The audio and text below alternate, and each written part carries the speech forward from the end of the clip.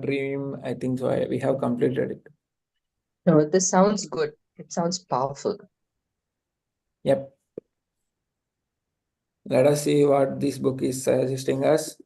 Welcome to Leader Lifestyle Hub. As we have set the target of completing 200 book summaries in the entire year, here comes the book number 200 out of 200. The name of the book that we have today is Time and How to Spend It, written by James Wallman. Let us see the target audience and top three lessons of this book. The 20-year-old who is paralyzed by the fear of missing out. Like we are all having a lot of courses online, lot of memberships, lot of enrollments are getting happened by the fear of missing out option. So if you any young student are facing this fear of missing out, for them this book will help them. The 42-year-old business executive who believes that it is a waste of time to take breaks. Those who don't take break in their lifetime, and anyone who wants to become happier. So if you are willing for becoming happier, have a look over this book and just see the practical tips that it is providing. Let us see the small synopsis. Time and how to spend it is your guide to becoming more productive by not focusing on working extra hours, but instead using the time off more effectively. Let us listen from the James Wallman himself. Time is the most valuable asset you possess, and while you probably think you have very little, the starting truth is you have loads. What are the first words that come to your mind when you hear the word productivity? Many people say that, how is your productivity? Is it hard work? Is it working for long hours? Or is it our grind? Maybe you think of your job, starting a company, or some books you have read on the subject. But how often do you consider the effect of your productivity that your free time has on how efficiently you work? Surprisingly, the better you spend your time outside of the office or outside of the work, the better work you will do when you are there.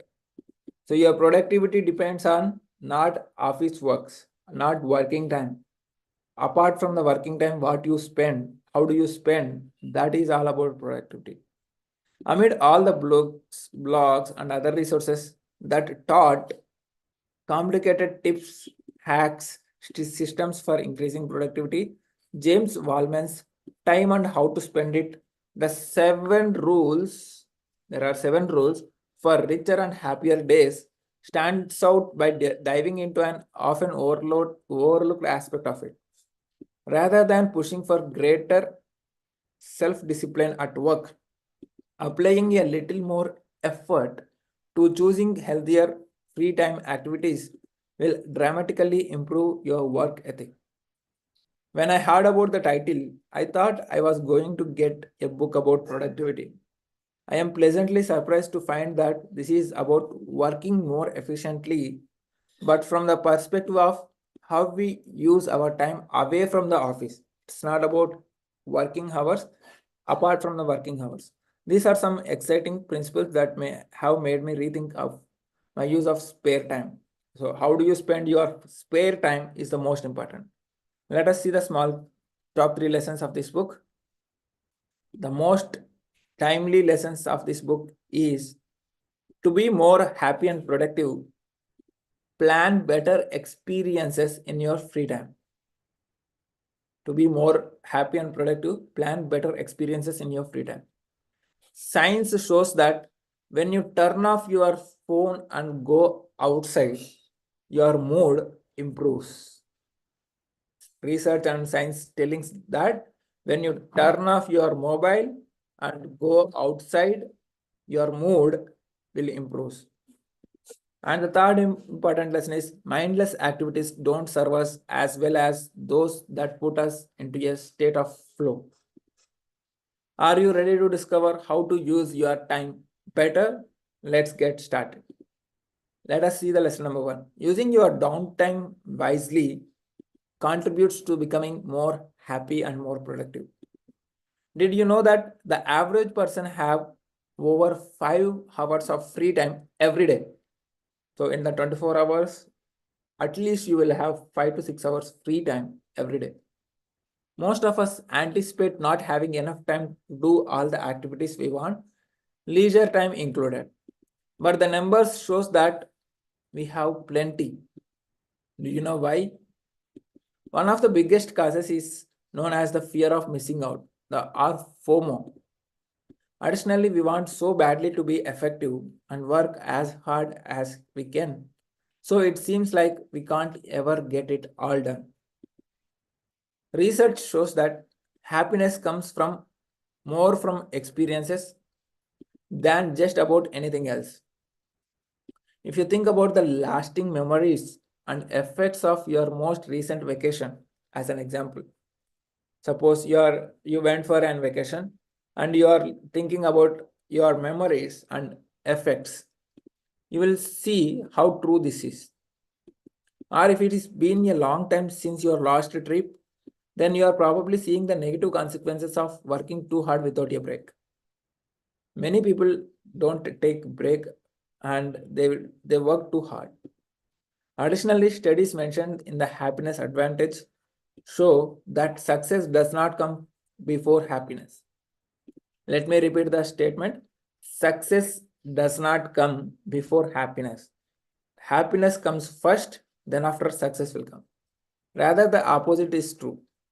Add this all together, and you can see that positive experiences will give you more joy in your life, which will make you more successful. In other words, playing will make you more successful. So, make your life as a play rather than making it as a work. Let us see the lesson number 2. Being outside, especially around water, is remarkably good for your health. In the early 1990s, studies began looking into claims of the health benefits from a Japanese hobby of forest bathing. In this practice, people spend dedicated time in the forest as a form of the preventative healthcare. What the research found was shocking. Walking in the woods as opposed to do on a treadmill was remarkably more effective at improving mood, blood pressure, and cortisol levels. They also noted decreased fatigue, tension, and anger among the research participants. One app known as Mappiness, there is an app called Mappiness, you have a look over that, which is happiness mapping app, allowed users to track their mood wherever they were. User inputs combined with GPS data confirmed that people felt the best while they were in nature, particularly when near water, surrounded by water, like swimming pools or nearby rivers, or like that. Put down your phone and go outside. Science shows that doing so will make you more happy, more and more productive. At my last job, we were fortunate enough to have a small pond at the rear of our office building. I would periodically take 5-minute walks around the pond and did so for a few months. In times when work was busy and I had deadlines to meet, however, I let go of this healthy habit. After only a few days, I could feel my mood and effectiveness warning and quickly got back to going on my little walks again and again. So, whenever you're feeling too stressed, take a break and go around for walking in the nature. Let us move on to the lesson number 3. Should not take the time to discover what activities put you into a state of flow. Should not free time be completely relaxing? Are you completely busy in your life? Not exactly. According to some researchers, some of our happiest times are when we experience the flow continuously working, also known as being in the zone. Flow is whenever we completely immerse ourselves in whatever we are doing, enjoying the process of it through an energized status of focus. So what is state of flow? When you completely immerse yourself in whatever you are doing, enjoying the process of it through an energized state of focus. It is these type of activities that you should focus on during your leisure time. So in your leisure time, you should focus on the state of flow activities. Make an effort to learn what hobbies or interests help you feel flow. To see if an activity puts you into flow, check that what you do requires all your abilities, challenges you enough to keep you engaged, and requires the attention of your entire body. You need to observe your entire body.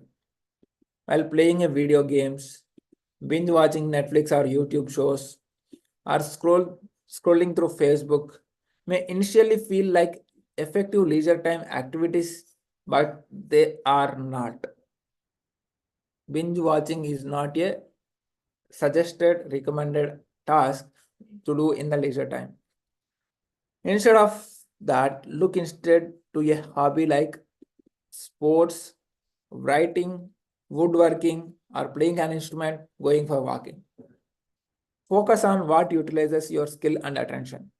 Whatever you choose, when you finish, you should feel physically, emotionally, and mentally exhausted, but also happy at the hard work what you have done. So whenever you are spending your leisure time, make sure you are physically exhausted and mentally exhausted. And that should come from these five things: sports, writing, woodworking, playing an instrument, and other physical activities, not from the digital. I personally love to play video games. Time seems to fly when I am playing Zelda, Breath of the World. But after I finish, I don't usually feel satisfied with that way of spending my time. Contrast this with writing, an activity that I love and I get paid to do. Whenever I wrap up an article or journal entry, I always feel a satisfaction that can only come from genuinely fulfilling activities. So, this is all about the top three lessons. To be more happy and productive, plan better experiences in your free time. So, whenever you have free time, plan for better experiences. And science shows that turn off your phone and go outside so that your mood improves in your tough times. And mindless activities don't serve us as well as those that put us into a state of flow. So, what are the mindless activities? You can go for sports, writing is mindful, woodworking, or playing an instrument, go for the nature walking, and have a happy focus, which is nothing but the state of flow where you immerse yourself in whatever you are doing. Once you do immerse yourself of whatever you are doing, you will enjoy the process and you will spend your time very wisely. So time is the most valuable asset you possess, and while you probably think you have very little time, the starting truth is you have loads of time, lot of time. Every day you have 5 hours of leisure time. How do you spend that leisure time will decide your future. Your choices make your life. See you in another journey of 5 days challenge. Until then, stay connected, keep progressing. Do share about how you spend your leisure time in the comments below. Do like, share, and subscribe. Keep hitting the bell icon for more updates.